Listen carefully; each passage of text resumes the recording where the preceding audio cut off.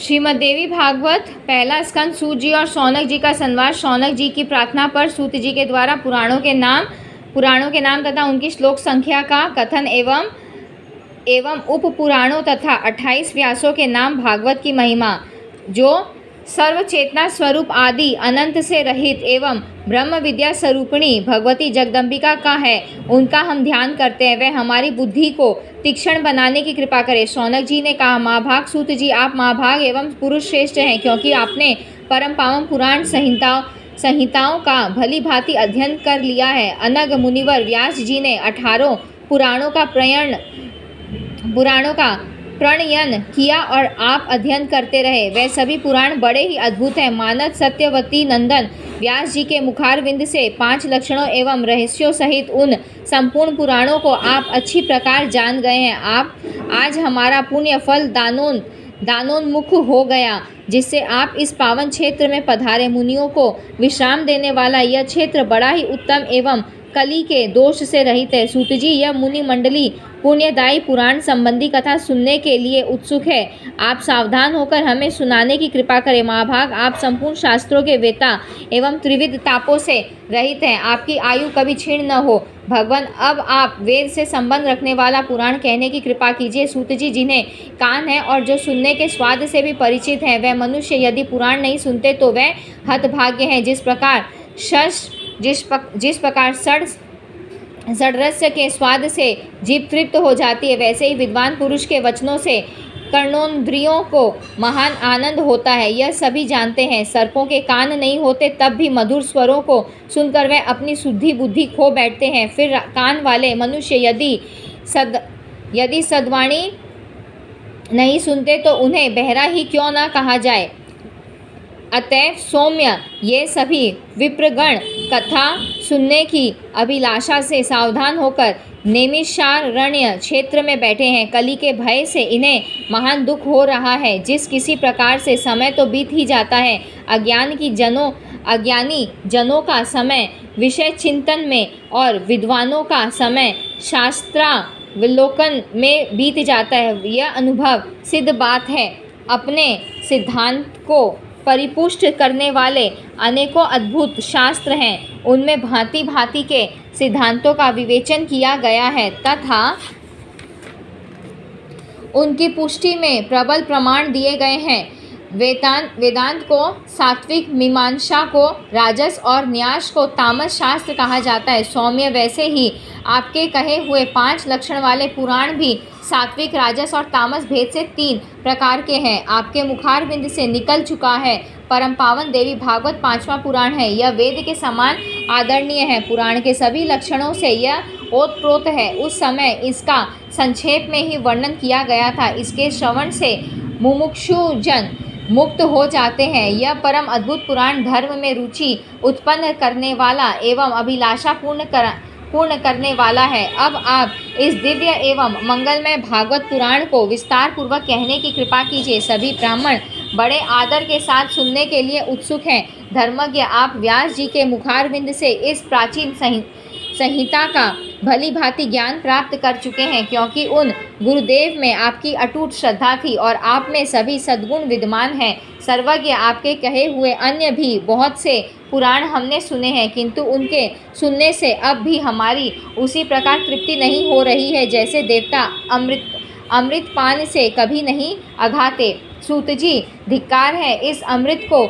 जिसे पीने वाले कभी मुक्त नहीं हो सकते, किंतु धन्य है यह पुराण जो सुनने से ही मनुष्य को मुक्त कर देता है। सूत जी, अमृत पान करने के लिए हमने हजारों यज्ञ किए, किंतु फिर भी हमें शांति न मिल सकी, क्योंकि यज्ञों का फल स्वर्ग है। स्वर्ग भोगने के पश्चात वहाँ से गिरना ही पड़ता है। इस प्रकार इस संसार चक्र में आने जाने की क्रिया सदा चलती ही रहती है। सर्वज्ञ सूत जी, इस त्रिगुणात्मक जगत में काल चक्र की प्रेरणा से सदा चक्कर काटने वाले मनुष्यों को ज्ञान हुए बिना मुक्ति मिलनी कभी संभव नहीं। अतएव आप परम पावन देवी भागवत को कहने की कृपा कीजिए। यह पुराण संपूर्ण रसों से परिपूर्ण, अत्यंत पवित्र, गोपनीय तथा मुक्तिकामी जनों को सदा अभिलषित मुक्ति प्रदान करने वाला है। सूत जी कहते हैं, श्रीमद् देवी भागवत अत्यंत पवित्र एवं वेद प्रसिद्ध पुराण है। इसके संबंध में आप महानुभवों के प्रश्न करने से मैं धन्य, बड़भागी और परम पावन बन गया। अब मैं इसे कहता हूँ, यह पुराण संपूर्ण श्रुतियों के अर्थ से अनुमोदित, अखिल शास्त्रों का रहस्य एवं आगमों में अपना अनुपम स्थान रखने वाला है, जो योगियों को मुक्ति प्रदान करने वाले एवं ब्रह्मा आदि देवताओं द्वारा सुसेवित है तथा प्रधान मुनिगण उत्तम स्त्रोतों के द्वारा जिनका सदा चिंतन किया करते हैं। भगवती जगदम्बिका के उन सुकोमल चरण कमलों को प्रणाम करके आज मैं विस्तार पूर्वक यह पुराण कहने के लिए प्रस्तुत हो रहा हूँ। द्विजवरों, यह रसों का भंडार है। इसमें जहाँ देखिए भगवती की भक्ति निहित है। अतएव भगवती के नाम से ही अर्थात श्रीमद् देवी भागवत नाम से यह पुराण प्रसिद्ध है। उपनिषद में जो विद्या नाम से प्रसिद्ध है, आद्या परा सर्वज्ञा जिनके नामांतर हैं, जो संसार के आवागमन रूपी बंधन को काटने में कुशल है, सर्वत्र ही जिनकी सत्ता बनी रहती है, दुष्टजन जिन्हें किसी प्रकार भी नहीं जान सकते तथा मुनियों के ध्यान करने पर जो स्वयं अपनी झांकी दिखाया करती है, वह भगवती जगदम्बिका इस कार्य में सफलता प्रदान करने की कृपा करे। जो अपनी त्रिगुणात्मिका शक्ति के द्वारा इस सत्य असत्य स्वरूप संपूर्ण जगत की रचना करके उसकी रक्षा में तत्पर हो जाती है तथा प्रलय काल में सबका संहार करके स्वयं अकेले ही रमण करना जिनका स्वाभाविक गुण है, उन चराचर जगत की सृष्टि करने वाली भगवती जगदम्बिका का मैं मन से ध्यान करता हूँ। पौराणिकों एवं वेदिकों का कथन है तथा यह भली भांति विदित भी है कि ब्रह्मा जी इस अखिल जगत के सृष्टा हैं। साथ ही वे यह भी कहते हैं कि ब्रह्मा जी का जन्म भगवान विष्णु के नाभि कमल से हुआ है। फिर ऐसी स्थिति में ब्रह्मा जी स्वतंत्र सृष्टा कैसे ठहरे? भगवान विष्णु को भी स्वतंत्र सृष्टा नहीं कह सकते। वे शेषनाग की सैया पर सोए हुए थे, नाभि से कमल निकला और उस पर ब्रह्मा जी प्रकट हुए, किंतु वे श्री हरि भी तो किसी आधार पर अवलंबित थे। उनके आधारभूत क्षीर समुद्र को भी स्वतंत्र सृष्टा नहीं माना जा सकता, क्योंकि वह रस है। रस बिना पात्र के ठहरता नहीं, कोई न कोई रस का आधार रहना ही चाहिए। अतएव चराचर जगत की आधारभूता भगवती जगदम्बिका ही सृष्टता रूप में निश्चित हुई। मैं उनकी शरण ग्रहण करता हूँ। कमल स्थित ब्रह्मा जी को दर्शन मिले। भगवान विष्णु योग निद्रा के अधीन होकर शयन कर रहे थे। तब उन प्रभु को जगाने के लिए पितामह ने जिनकी स्तुति की थी, उन भगवती जगदम्बिका की मैं शरण लेता हूँ। वह भगवती सगुण निर्गुण मुक्ति प्रदान करने वाली और माया स्वरूपिणी है। अब मैं उनका ध्यान करके संपूर्ण पुराणों का कथन करता हूँ। मुनिगण सुनने की कृपा करें। श्रीमद् देवी भागवत सबसे उत्तम एवं पावन पुराण माना जाता है। इसमें 18,000 श्लोक है। संस्कृत भाषा में इसकी रचना हुई है। वेदव्यास जी ने सुंदर 12 स्कंदों से इसे सजाया है। पूरे पुराण में 318 अध्याय हैं। प्रथम स्कंद में 20, द्वितीय में 12, तृतीय में 20, चतुर्थ में 25, पंचम में 35, षष्ठ में 31, सप्तम में 40, अष्टम में 24, नवम में 50, दशम में 13, एकादशम में 24 और द्वादश स्कंद में 14 अध्याय हैं। महात्मा पुरुषों का कथन है कि इस पुराण में इस प्रकार तो अध्याय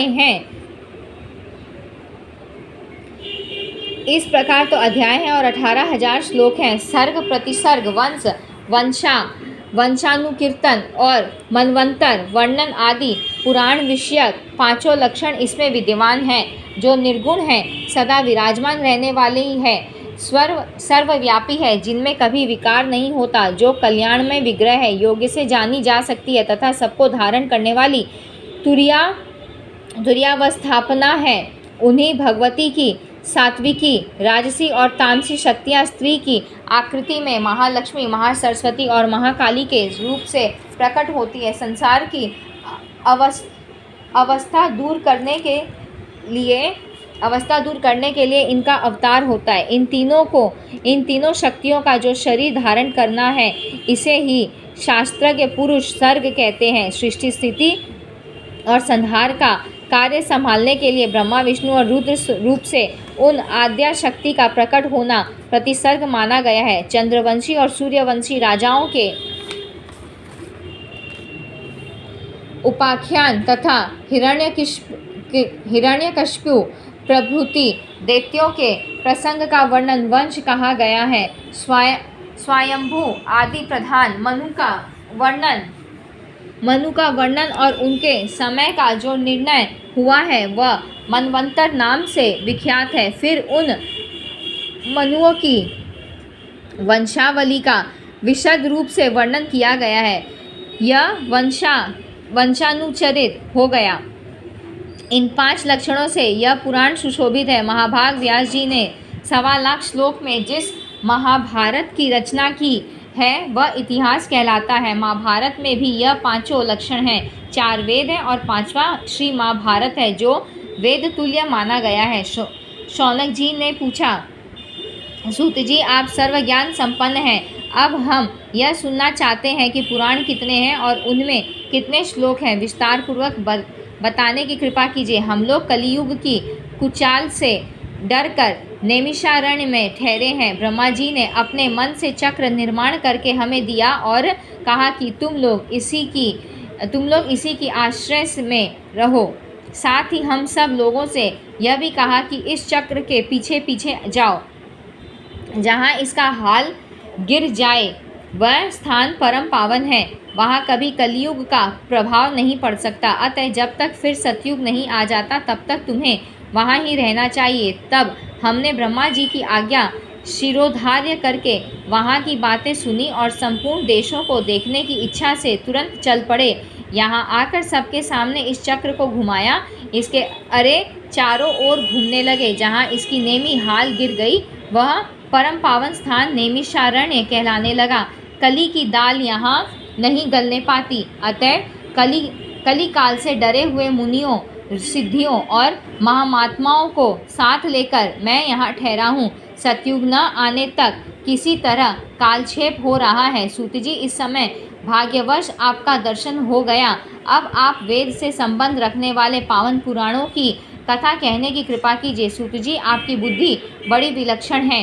सभी लोग आपके मुखारविंद से कथा सुनने के लिए उत्सुक हैं। अब हमारे कोई दूसरा धंधा नहीं है, हमने मन को एकाग्र कर लिया है। सूत जी आप दीर्घ काल तक वर्तमान रहें, कभी भी दुख और संताप आपके पास न आ सके। अब आप पुण्यमय एवं कल्याणकारी देवी भागवत सुनाने की कृपा कीजिए। इसमें धैर्य, अर्थ और काम इन तीनों पुरुषार्थों का विस्तार पूर्वक वर्णन है।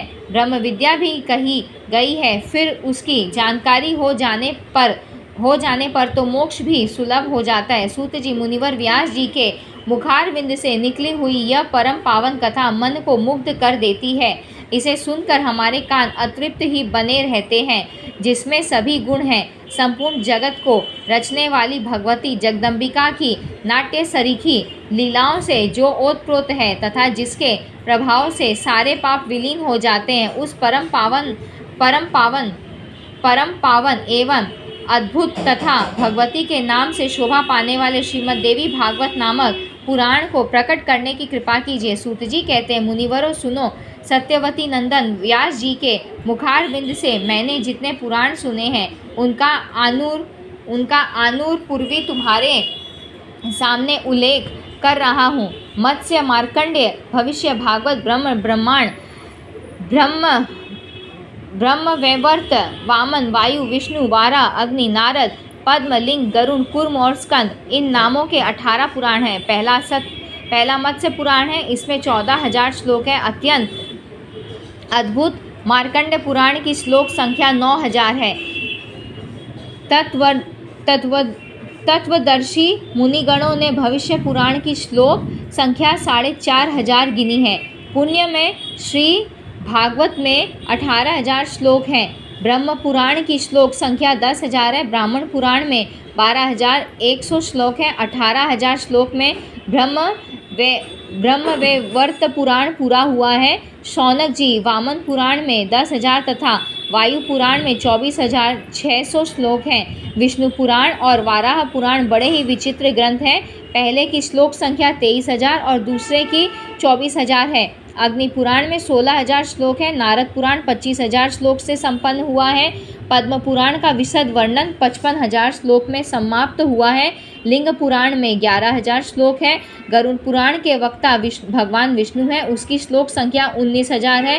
कूर्म पुराण में 17,000 श्लोक कहे गए हैं।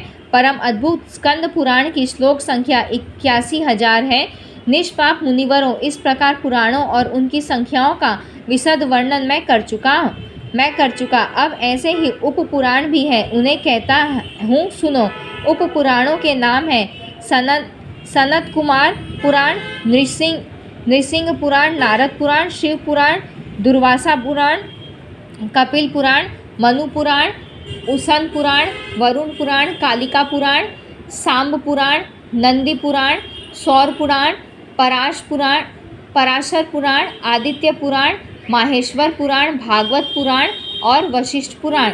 उच्च कोटि के अनुभवी पुरुषों ने इन्हें ही उप पुराण कहा है। इन पुराणों और उप पुराणों की रचना करने के पश्चात महाभाग व्यास जी ने महाभारत नामक इतिहास का प्रणयन किया। सभी मनवंतर को प्रत्येक द्वापर युग में धर्म की स्थापना करने के लिए व्यास जी विधि पूर्वक पुराणों की रचना करते हैं। प्रत्येक द्वापर में भगवान विष्णु ही व्यास रूप से प्रकट होते हैं और जगत के कल्याणार्थ एक वेद को ही अनेक भागों में विभाजित करते हैं। फिर यह जानकर कलियुग के ब्राह्मण अल्पायु और मंद बुद्धि होंगे, वे ही प्रभु प्रत्येक युग में पुण्यमय पुराण संहिताओं की रचना किया करते हैं। स्त्री, शूद्र और अपने कर्म से च्युत ब्राह्मण वेद सुनने के अनधिकारी माने जाते हैं, उनका भी कल्याण हो जाए, इसलिए पुराणों की रचना हुई है। मुनिवरों, इस समय 28वें द्वापर का 7वां मनवंतर बीत रहा है। इस मनवंतर के अधिष्ठाता वैवस्वत मनु हैं। सत्यवती नंदन व्यास जी मेरे गुरुदेव हैं। इनके समान धर्म का ज्ञान किसी को नहीं है। वह ही इस मनवंतर के वेद व्यास हैं। फिर 29वें मनवंतर में द्रोणी नामक व्यास होंगे। आज तक 27 व्यास हो चुके हैं। प्रत्येक युग में उनके द्वारा पुराण संहिता कही गई है। ऋषियों ने पूछा, महाभाग सूत जी, अब तक के द्वापर युग में पुराणों की रचना करने वाले जो व्यास देव हो चुके हैं, उनका परिचय बताने की कृपा करें। सूत जी कहते हैं, प्रथम द्वापर में वेद को विभाग स्वयं ब्रह्मा जी ने किया, अतः उस युग के व्यास ब्रह्मा जी हुए। दूसरे द्वापर में प्रजापति ने व्यास का कार्य संपन्न किया। तीसरे में उष्णा, चौथे में बृहस्पति, पांचवें में सविता और छठे में मृत्युदेव व्यास की गद्दी पर थे। सातवें द्वापर में मघवा ने, आठवें में वशिष्ठ ने, नवे में सारस्वत ने, 10वें में त्रिधामा ने, 11वें में त्रिवेश ने, 12वें में भारद्वाज ने, 13वें में अंतरिक्ष ने, 14वें में धर्म ने, 15वें में त्रयारुणी ने, 16वें में धनंजय ने, 17वें में मेधातिथि ने, 18वें में व्रती ने, 19वें में अत्रि ने, 20वें में गौतम ने और 21वें में हरियात्मा उत्तम ने व्यास का कार्य संपादन किया। वाजश्रवा वेन आमुष्यायण सोम, तृणाबिंदु, भार्गव, शक्ति, जातुकर्ण्य और कृष्णा द्वैपायन भी व्यासों में परिगणित है। यह ही 28 व्यास हैं। मैंने जिनके नाम सुने थे उन्हें गिना दिया। इन कृष्ण देवाप्यन व्यास जी के मुखारविंद से श्रीमद् देवी भागवत सुनने का सुअवसर मुझे मिल चुका है। यह पुराण बड़ा ही पवित्र एवं संपूर्ण दुखों का नाश करने वाला है। इसके प्रभाव से मनोरथ पूर्ण होते हैं और मुक्ति भी सुलभ हो जाती है। इसके सभी विषय वेद के अभिप्राय से युक्त हैं। संपूर्ण वेदों का सारभूत यह पुराण मुक्तिकामी जनों को सदा प्रिय है। इस पुराण की रचना करने के पश्चात व्यास जी ने सर्वप्रथम अपने अयोनिज एवं विरक्त पुत्र महाभाग सुखदेव जी को अधिकारी समझकर उन्हें ही सुनाया। मुनिवरों, मैं वहीं था। वेद व्यास जी प्रवचन कर रहे थे। इसी से यथार्थ बातें मैंने भी सुन ली। गुरुदेव बड़े कृपालु थे, उन्हीं की कृपा से यह अत्यंत गुप्त पुराण प्रकट हुआ है। व्यासनंदन सुखदेव जी की बुद्धि बड़ी विलक्षण थी। उनके पूछने पर इस गुप्त पुराण की सभी बातें व्यास जी व्यक्त किया करते थे।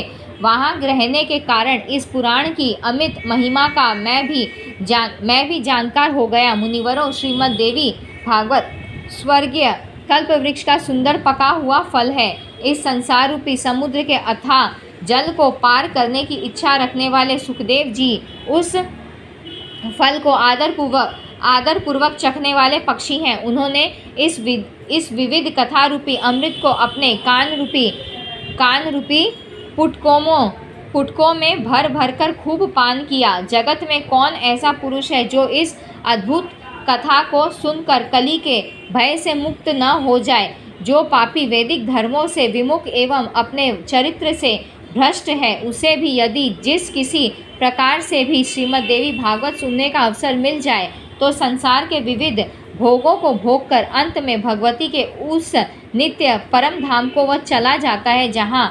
योगी लोग जाया करते हैं, जो निर्गुण स्वरूपा है, जो संत जनों की प्रेम पात्री एवं ध्यान में दर्शन देने वाली है। वह विद्यामयी भगवती जगदम्बिका उस बड़भागी पुरुष के हृदय रूपी गुफा में निवास कर लेती है, जो निरंतर इस देवी भागवत की कथा सुनने में तत्पर रहता है। संसार रूपी अगाध समुद्र को पार करने के लिए यह सर्वांगपूर्ण मानव देह सुंदर जहाज है। जिसे ऐसा शरीर मिल गया और कथावाचक की भी कमी न रही, तब भी जो मूर्ख इस कल्याणमय देवी भागवत को नहीं सुन पाता, निश्चित ही वह अत्यंत भाग्यहीन है। जिसे विचारशील मानव तन मिल गया, दोनों कान विद्यमान हैं, तब भी सभी मनोरथ पूर्ण करने वाले रस के भंडार एवं परम पावन इस भागवत पुराण को न सुनकर जो प्रेम पूर्वक पर निंदा और पर चर्चा सुनने में मस्त रहता है, वह मूर्ख मर ही क्यों नहीं जाता, उसके जीवन से लाभ ही क्या है। यहाँ हमारा 1 से 3 अध्याय जो है वो पूर्ण हुआ है।